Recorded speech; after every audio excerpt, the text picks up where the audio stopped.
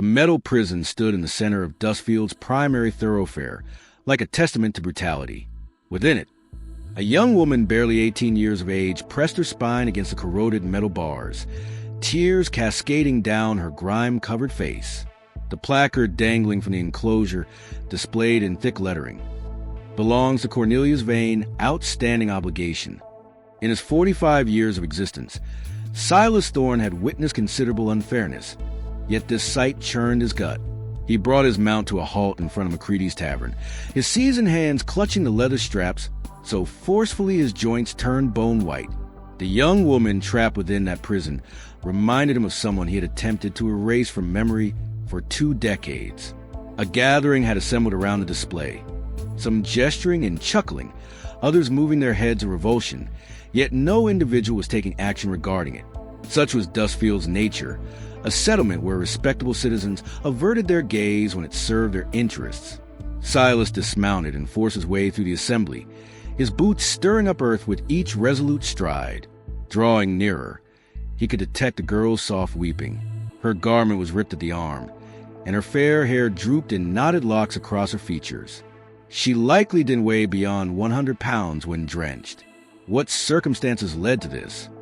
Silas shouted to anyone willing to respond. An elderly fellow with tobacco marks on his facial hair expelled saliva into the earth. Mercy Whitlock is indebted to Vane for $200. Her father borrowed the sum before his passing, leaving her with the obligation. Vane claims that she cannot settle by dusk. She remains in that prison until someone purchases her agreement. Silas felt his teeth grinding together. $200 represented the equivalent of $2,000 for a young woman like her, more currency than most Dustfield residents witnessed in 24 months. Yet Silas understood precisely what Vane's agreement signified. He had heard tales about young women who vanished into his network of pleasure houses and gambling establishments spread throughout 3 territories. The young woman's gaze encountered his through the metal bars, and momentarily time ceased. These weren't ordinary eyes. They belonged to his daughter, the daughter he had never embraced, never recognized, because he had possessed too much pride to wed her mother when she carried his offspring. The daughter who perished from illness at age 3, while he pursued cattle rustlers in his own shame. "Please," Mercy murmured, her voice scarcely distinguishable above the crowd's muttering. "Please, sir, I have committed no wrongdoing." Silas reached into his jacket pocket and touched the worn leather of his wallet. Inside rested precisely $23, every coin he possessed after his recent livestock transaction. The money was intended for purchasing seeds for the upcoming season's harvest, provisions for surviving winter, perhaps repairing his cabin's roof before the storms arrived. Yet standing there, observing this young woman who might have been his own blood, Silas comprehended something that struck him like a beast's kick to his torso. Certain obligations weren't concerned with currency whatsoever. Heavy steps approached from behind, and Silas rotated to observe Cornelius Vane himself approaching the prison like a strutting bird in a formal 3-piece outfit. The individual's golden teeth sparkled in the evening sunlight as he grinned at his captive spectators. Well, Vane declared, his voice echoing across the street. "It appears our small dove has drawn quite the assembly. Any gentleman wish to submit an offer before I transport her to more lucrative endeavors?" That moment marked when Silas reached a decision that would transform everything. However, what he remained unaware was that Cornelius Vane had been observing him as well, and the malicious grin expanding across the loan shark's features indicated this was about to become significantly more complex than a straightforward exchange. Silas moved forward, his hand still positioned on his wallet. Every natural response advised him to depart, attend to his own affairs, preserve what little he retained. Yet those eyes, those cursed eyes that resembled his daughter's, wouldn't permit him to turn away. "I'll settle her obligation," Silas announced, his voice slicing through the crowd's whispers like steel. The laughter ceased immediately. Cornelius Vane's grin expanded, revealing more of those golden teeth. "Well now, Silas Thorne, isn't it? The recluse from Northridge. I hadn't considered you the benevolent sort." Silas disregarded the insult and withdrew his wallet, counting the bills with intentional slowness. The assembly pressed nearer, detecting drama. Mercy's fingers gripped the bars tighter, hope sparkling in her eyes for the first time since his arrival. $200, Silas stated, displaying the currency. That settles her obligation. Vane circled the prison like a hunter, his costly boots striking against the compressed earth. Oh, but you see, there's been an addition to the conditions. Interest, you understand, compounding daily. The obligation now totals $250. The statement struck Silas like a physical assault. He observed Mercy's expression collapse as hope perished in her eyes. $50 beyond his worldly possessions. 50 that might as well have been 500. That wasn't the initial arrangement, objected the elder who had explained the circumstances. You stated 200 at sunset. Vane adjusted his silk necktie with a shrug. Business conditions change. Market variations. The young woman ages by the hour, which influences her worth. Silas felt fury building in his chest, the type of anger that had caused him difficulties previously. He considered his vacant cabin, his declining ranch, the lengthy winter approaching. He considered his daughter, cold in the earth these 20 years. He considered the promises he'd never fulfilled and the statements he'd never voiced. I'll labor off the additional 50, Silas heard himself declare. Whatever tasks you require. The assembly stirred uneasily. Everyone understood what manner of labor Cornelius Vane demanded from desperate individuals. Debt collection, intimidation, occasionally worse. Vane's eyes illuminated with authentic interest. Now that's intriguing. Silas Thorne offering to work for me. You understand what they claim about you, don't you? They claim you eliminated 3 individuals in Abilene. They claim you possess swift hands and a sluggish conscience. Silas couldn't refute it. Those spirits had been pursuing him for 15 years, murmuring in his ear during the lengthy solitary nights on his ranch. Do we possess an agreement or not? Silas growled. Vane approached the prison and traced a finger along the bars, causing Mercy to retreat from his contact. Here's my consideration. You desire this young woman. You may have her, all debts cleared. But you labor for me for 1 month, beginning with a small collection task I've arranged for tomorrow. The snare was tightening, and Silas could sense it. Whatever task Vane had planned wouldn't involve collecting overdue payments from merchants. It would be the type of labor that left crimson on his hands, an additional burden on his conscience. Yet Mercy was gazing at him again, those eyes pleading silently. The same eyes his daughter would have possessed if she'd survived to 18, if he'd been courageous enough to claim her when it mattered. 1 month. Silas consented, the words tasting like cinders in his mouth. Vane produced a key from his vest pocket and unlocked the prison with dramatic ceremony. Welcome to freedom, my dear, and welcome to my employment, Mr. Thorne. I do believe this arrangement will prove very intriguing indeed. As Mercy stumbled from the prison on unsteady limbs, Silas caught her arm to prevent her from falling. She gazed up at him with appreciation and bewilderment, not comprehending the price he'd just agreed to pay. But across the street, 3 individuals in dark hats had been observing the entire exchange. When Vane nodded in their direction, Silas realized his troubles were just commencing. Mercy's limbs buckled the instant she stepped from the prison, and Silas had to catch her complete weight to keep her from striking the ground. She felt like nothing in his arms, all bones and terror. Up close, he could observe the purple marks on her wrists where the iron bars had cut into her skin. Easy there, he murmured, steadying her against his chest. You're secure now. But even as he spoke the words, Silas knew they were false. Nobody was secure in Cornelius Vane's sphere. The individual didn't make agreements. He set snares, and Silas had just walked into the largest one of his existence. Vane clapped his hands together like he was dismissing a theatrical performance. Touching reunion aside, we have business to discuss, Mr. Thorne. The young woman requires somewhere to stay, and you need to understand your new responsibility. The assembly was beginning to scatter, disappointed that the show was over, but those 3 individuals in dark hats remained, leaning against a hitching post outside the sheriff's office. Silas recognized the type, hired weapons with lifeless eyes and quick hands, the kind of individuals who worked for people like Vane when regular intimidation wasn't sufficient. She accompanies me, Silas said, helping Mercy find her balance. That's part of the agreement. Vane's laughter resembled shattered glass. Oh, my dear fellow, you misunderstand. The young woman is free to go wherever she chooses. But you belong to me now for the next 30 days. Mercy looked between them, confusion replacing the relief in her eyes. What's he discussing? What did you agree to? Before Silas could respond, Vane withdrew a folded paper from his coat pocket. Even from a distance, Silas could see it was a contract complete with legal seals and witness signatures. The individual had come prepared for this exact scenario. Your savior here has agreed to perform certain services for me, Vane explained, his tone mockingly gentle. Collection work mostly.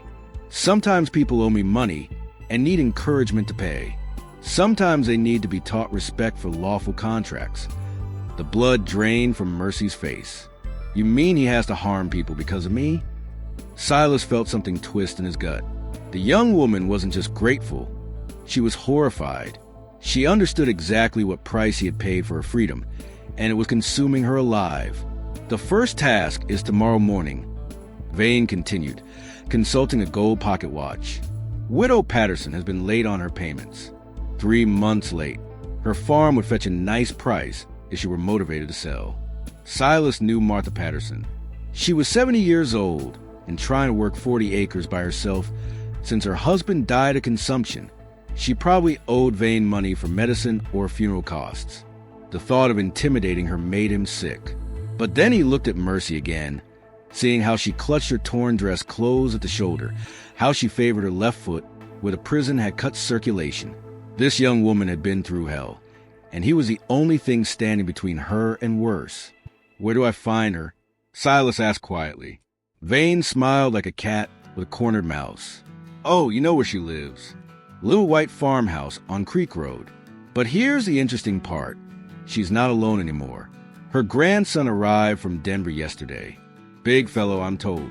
Used to be a lawman. That's when Silas realized this wasn't just about collecting a debt. Vane was testing him, seeing how far he'd go, how much blood he was willing to spill. And if Silas refused or failed, he had a feeling that iron prison would be the least of Mercy's worries. The journey to Silas's ranch felt like the longest 3 miles of his existence. Mercy sat behind him on his horse, her arms wrapped around his waist, trembling from exhaustion and shock. Every few minutes, he felt her shoulders shake with silent tears. Why did you do it? She finally whispered as they crested a hill overlooking his property. You don't even know me. Silas didn't respond immediately. How could he explain about the daughter he'd never claimed? About 20 years of regret that felt like carrying stones in his chest? About how her eyes had reached into his soul and grabbed hold of something he thought was dead. Sometimes a man's got to do what's right, he said instead, even when it's stupid. The ranch house came into view, a simple wooden structure with a sagging porch and patched roof. It wasn't much, but it was honest work that had built it. Work that was about to be tainted by whatever Vane had planned for him. As they approached the house, Mercy gasped. Look there! Someone's been here. Silas's blood ran cold. The front door hung open, and his few possessions were scattered across the porch. Chairs overturned, his rifle missing from above the mantel. The 3 individuals in dark hats had moved fast. Stay on the horse, Silas ordered, sliding down from the saddle. He drew his sidearm and approached the house cautiously, every nerve on edge. Inside, the destruction was methodical. His mattress had been slashed open, feathers scattered like snow across the floor. His food stores were dumped out, dishes smashed. But this wasn't random vandalism. They were searching for something. Looking for this? A voice called from behind him. Silas spun around to find one of Vane's men standing in the doorway, holding a small wooden box. The individual was tall and lean with a scar running from his left ear to the corner of his mouth. He wore his gun low on his hip, like he knew how to use it. Name's Carson, the individual said casually, as if they were discussing the weather. Mr. Vane sent me to deliver a message. Seems he forgot to mention one little detail about your arrangement. Silas kept his gun trained on Carson, but didn't fire, not with Mercy so close outside.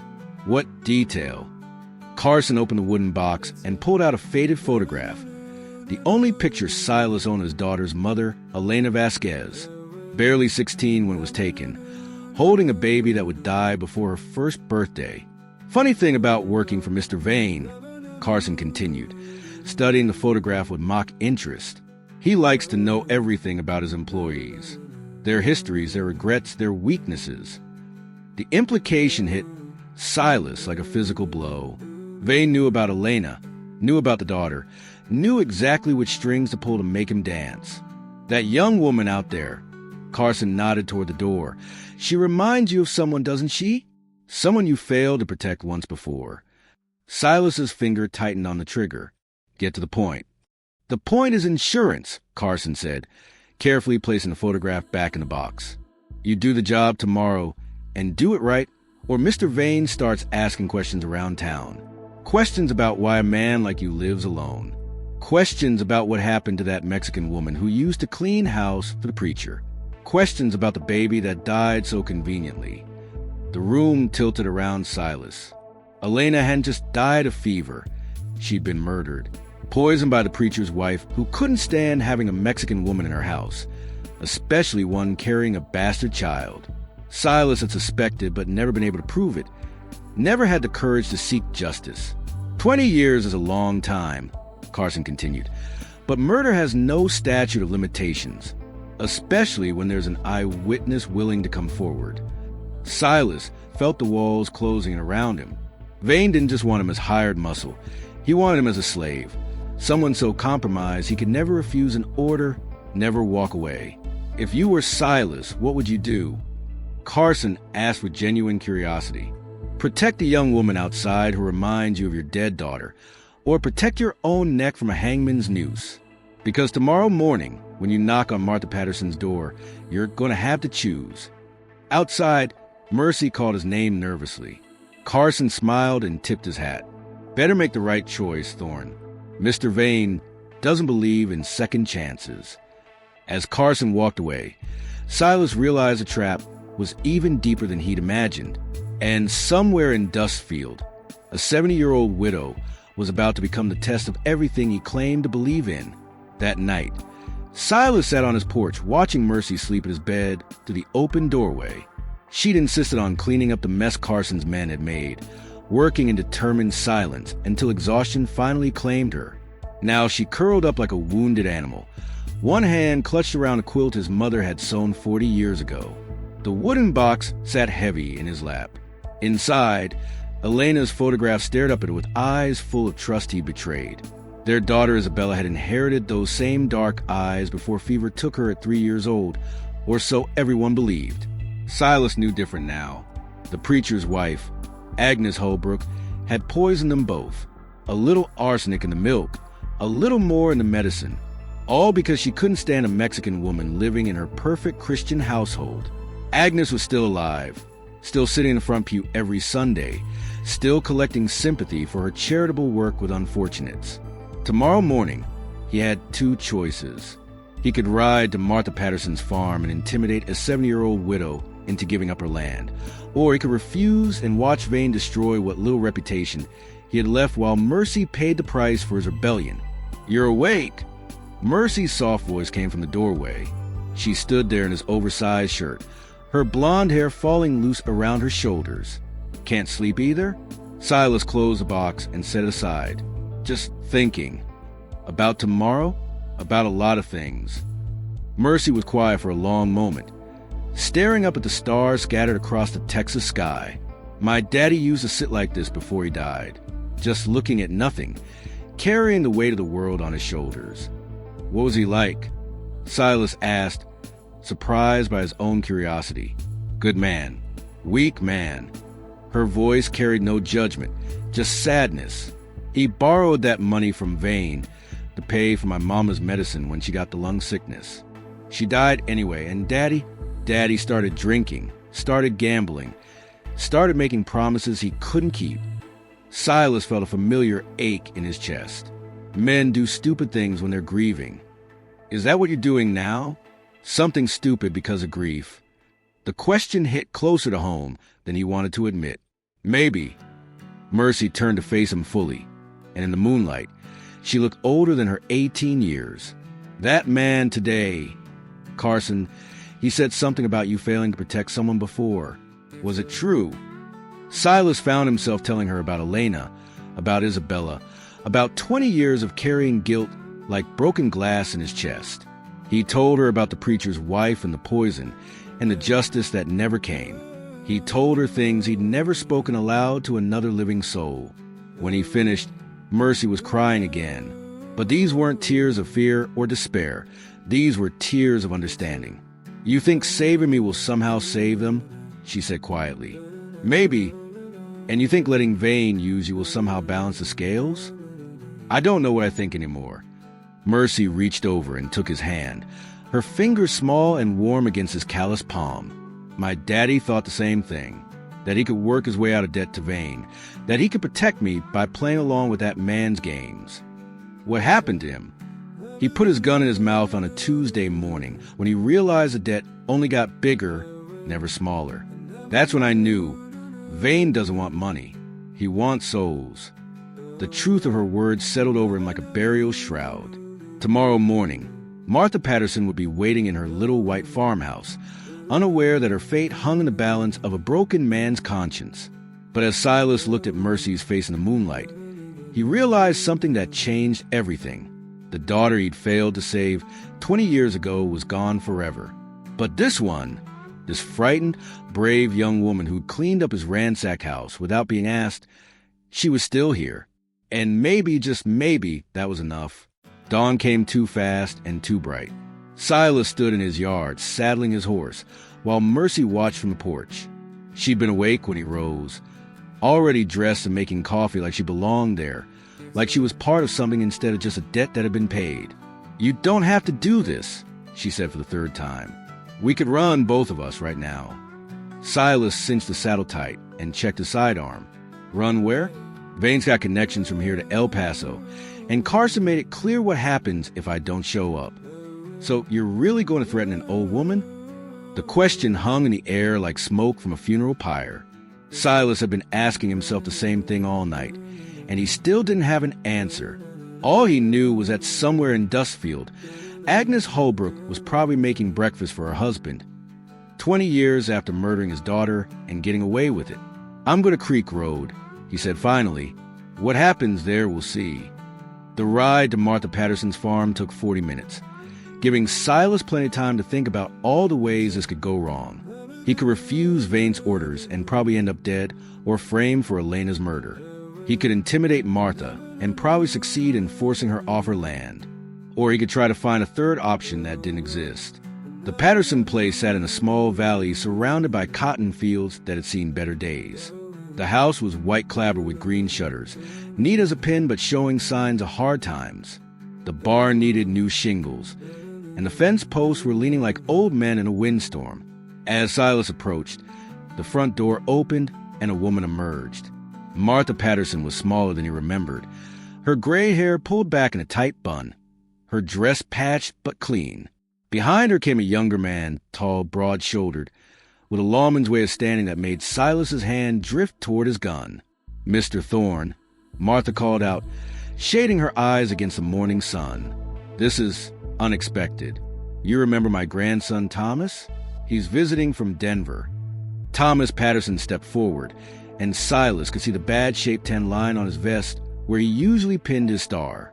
The individual's eyes were sharp and calculating, the kind that missed nothing and forgot less. Ma'am, Silas touched his hat brim. Thomas, what brings you out this way?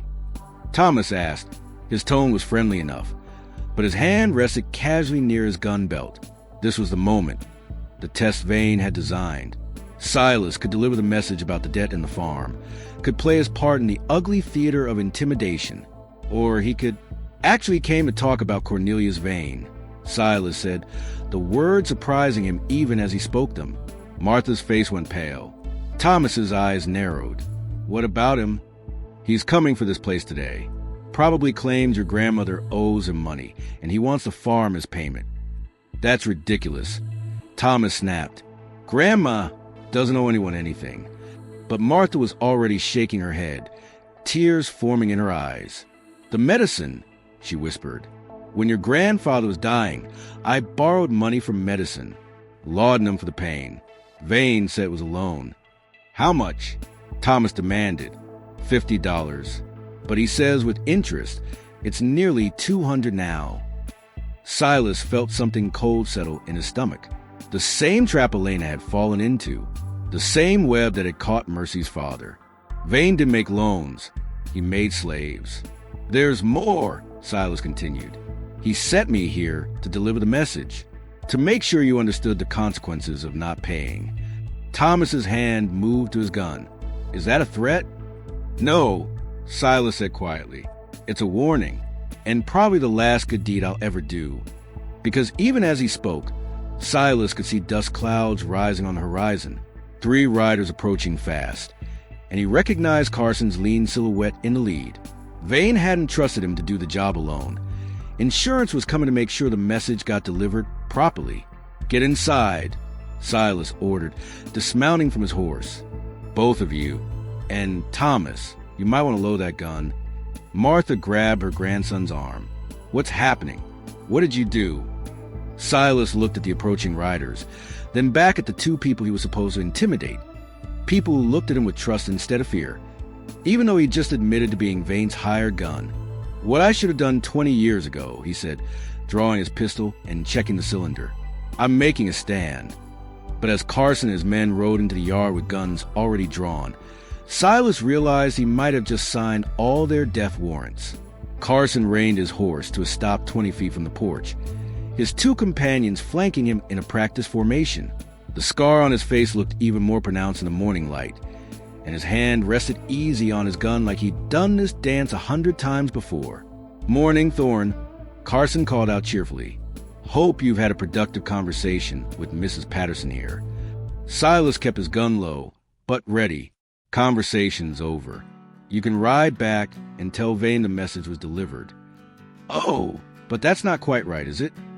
Carson's smile was all teeth and no warmth. "See, Mr. Vane wanted to make sure there were no misunderstandings about the terms. Sometimes folks need a demonstration of what happens when debts go unpaid." Behind him, Silas heard the front door creak as Martha and Thomas took shelter inside the house. Good, but the walls of that old farmhouse wouldn't stop bullets if this went bad. "The debt's not legitimate," Silas said. $50 for medicine doesn't become 200 just because Vane says so. Carson laughed, a sound like grinding metal. "You're talking about law, Thorne.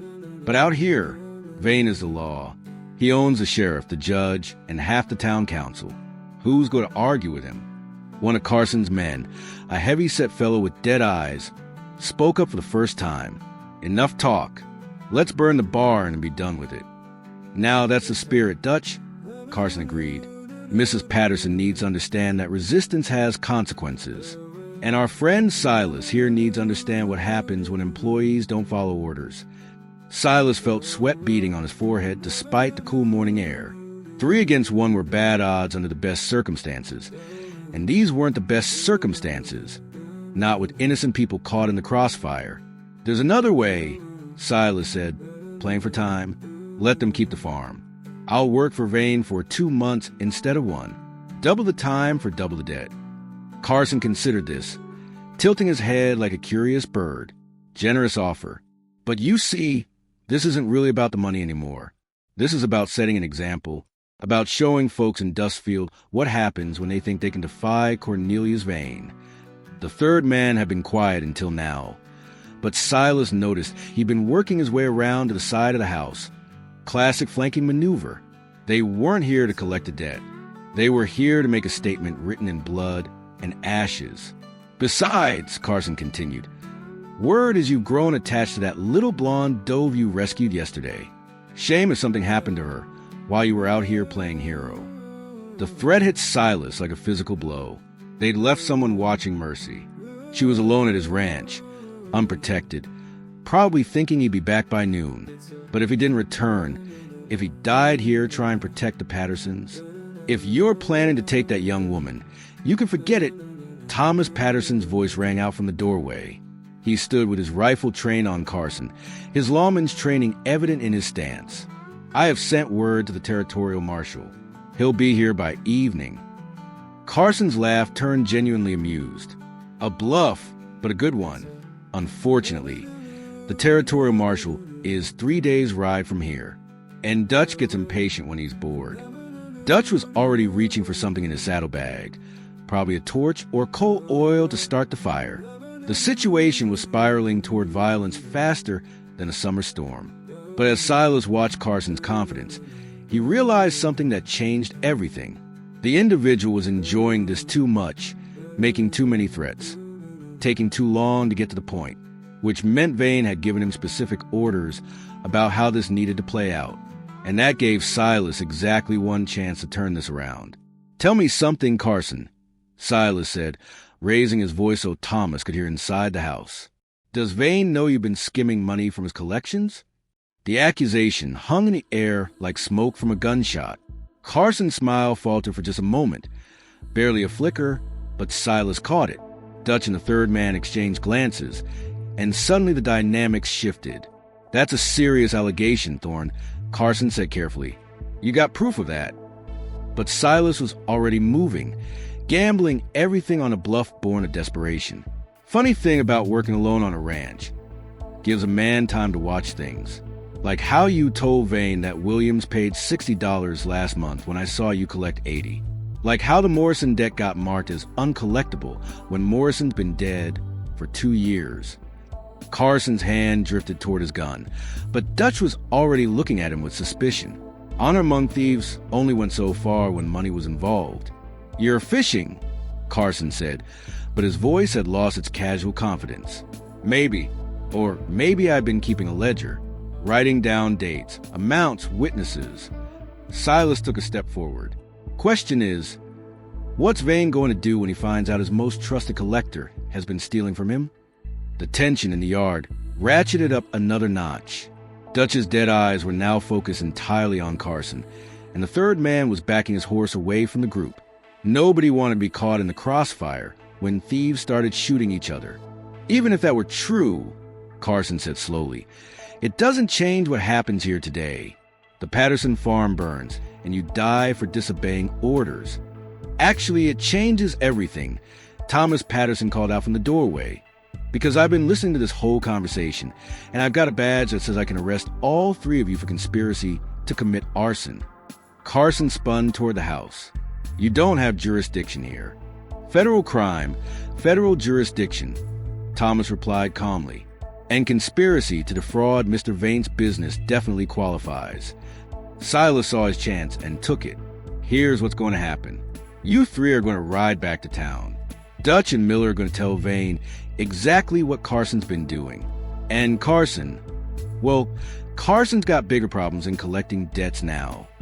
For a moment, everything balanced on a knife's edge. 4 men with guns, each calculating odds and angles. Then Dutch made a decision for all of them. "Carson, you son of a..." He growled, drawing his pistol. "You've been holding out on us this whole time." The yard exploded into chaos. Carson tried to draw on Dutch while wheeling his horse toward cover. Miller panicked and fired wild, his shot splintering the porch railing near Thomas's head. Dutch's bullet caught Carson in the shoulder, spinning him out of his saddle. Silas put 2 quick shots into Miller's chest, dropping him from his horse like a sack of grain. Thomas's rifle boomed from the doorway, and Dutch clutched his side but kept riding, disappearing over the hill in a cloud of dust and curses. When the gun smoke cleared, Carson lay on his back in the dirt, blood seeping through his shirt. Miller was dead, his horse already wandering toward the barn. And Dutch was gone, probably racing back to Dustfield to tell Vane exactly what had happened.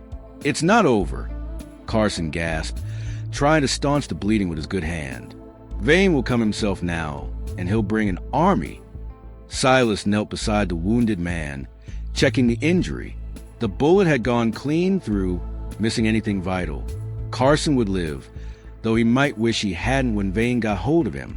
"Maybe," Silas said, "but now he knows his organization is rotten from the inside. Hard to trust anyone when your own men are stealing from you." Thomas emerged from the house, his rifle still ready. Martha followed, looking shaken but determined. "What happens now?" she asked. Silas stood and looked toward the horizon, where Dustfield lay hidden beyond the hill. Somewhere out there, Mercy was waiting for him to come home. Somewhere out there, Cornelius Vane was probably already planning his revenge. And somewhere out there, Agnes Holbrook was still walking free after 20 years of living with blood on her hands. "Now I go back and finish what I started," Silas said, checking his gun and reloading the spent chambers. "And you folks pack whatever you can't replace, because whether we won this fight or not, it's time to leave Texas behind." But as he mounted his horse, prepared to ride back to whatever waited for him in Dustfield, Silas realized something.